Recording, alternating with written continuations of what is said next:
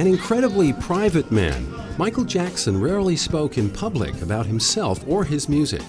But when it came to his other great passion, he could be very vocal. We are all touched by the atrocities committed against children. Sexual and physical abuse, child slave labor, forced homelessness, educational neglect. Michael was so moved by the plight of children around the world, he embarked on a personal mission to make a difference. In 1992, in partnership with his longtime sponsor, Pepsi, he launched the Heal the World Foundation. Michael, it's now my great pleasure to present you with a check for $1 million. This represents the money Pepsi-Cola pledges to raise in Europe this summer, with our best wishes for Heal the World. As the press and fans crowded around the aircraft hangar from which he would take off on his dangerous world tour, Michael was firmly focused on the work ahead. Our children are the most beautiful, most sweet, most treasured of our creations. And yet, every minute, at least 28 children die. I have founded the Heal the World Foundation to be the voice of the voiceless, the children. Please join with me and the children to help heal the world together. Michael had already proved that when it came to humanitarianism, as in his performing career, he was prepared to lead from the front.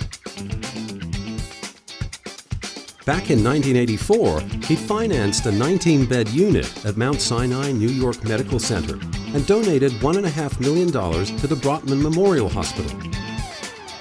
2 years later, he founded the Michael Jackson United Negro College Fund with another $1.5 million donation to help students majoring in performance art and communications. Together with Lionel Richie and Quincy Jones, he had also written and produced the chart-topping charity single We Are the World, which has gone on to raise more than $63 million for humanitarian aid in Africa and America. Now he was preparing to scale even greater heights of giving by donating all the profits of his sellout Dangerous World Tour to his new foundation. One of Heal the World's first missions was to airlift 46 tons of much-needed supplies to war-torn Sarajevo in Bosnia. More funds went towards setting up drug and alcohol education programs.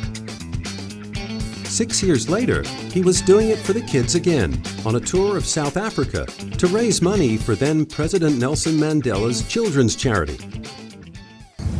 And he has made a great contribution to art, to music, and I'm very happy that he is in our country. In the presence of another great humanitarian, Michael remained as humble and gracious as ever. And this is a wonderful, lovely man, and I love Nelson Mandela very much. And thank you for all your hospitality and all your love.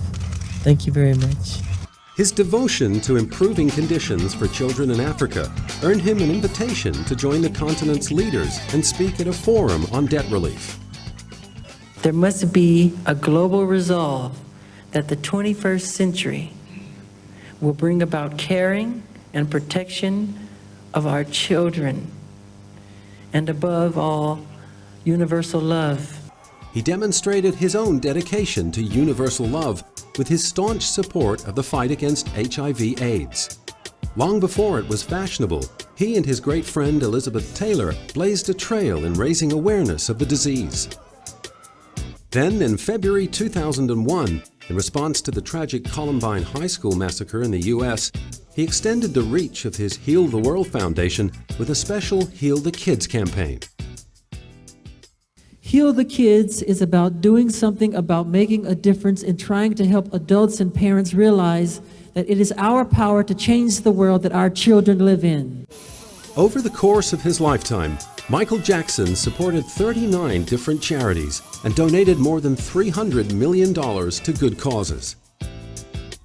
Proving that the King of Pop was also the King of Philanthropy, he will forever be remembered as the most generous entertainer of his generation.